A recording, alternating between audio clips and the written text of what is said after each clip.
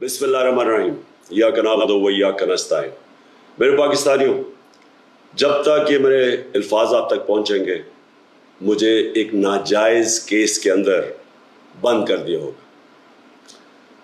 इससे एक चीज़ आप सबको वाज़े हो जानी चाहिए कि पाकिस्तान में जो फंडामेंटल राइट्स हैं, जो हमारे आइन हमें हुकूक देता है, जो जमहूरियत है, वो दफन हो चुकी है। और हो सकता है कि इसके बाद मुझे मौका ना मिले आपसे मुखातिब होने का, इसलिए मैं 2-3 बातें आपसे करना चाहता हूँ आज। सबसे पहले, पाकिस्तान की जो कौम है वो मुझे 50 साल से जानती है। मैं पब्लिक पे 50 साल से हूँ। कभी मैंने ना पाकिस्तान के आइन के खिलाफ किया हूँ, ना मैंने कभी पाकिस्तान का कानून तोड़ा है।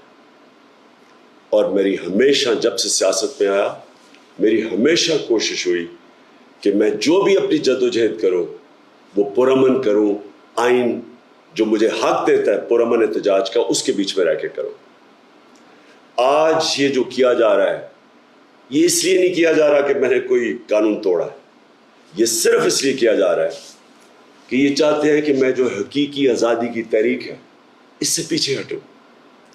और ये इसलिए किया जा रहा है कि ये करप्ट चोरों का टोला, इंपोर्टेड हुकूमत जो हमारे ऊपर मुसल्लत की गई है, ये चाहते हैं कि मैं उसको कबूल कर लूं। मैं आज आप सबसे अपील कर रहा हूं कि आपको अपने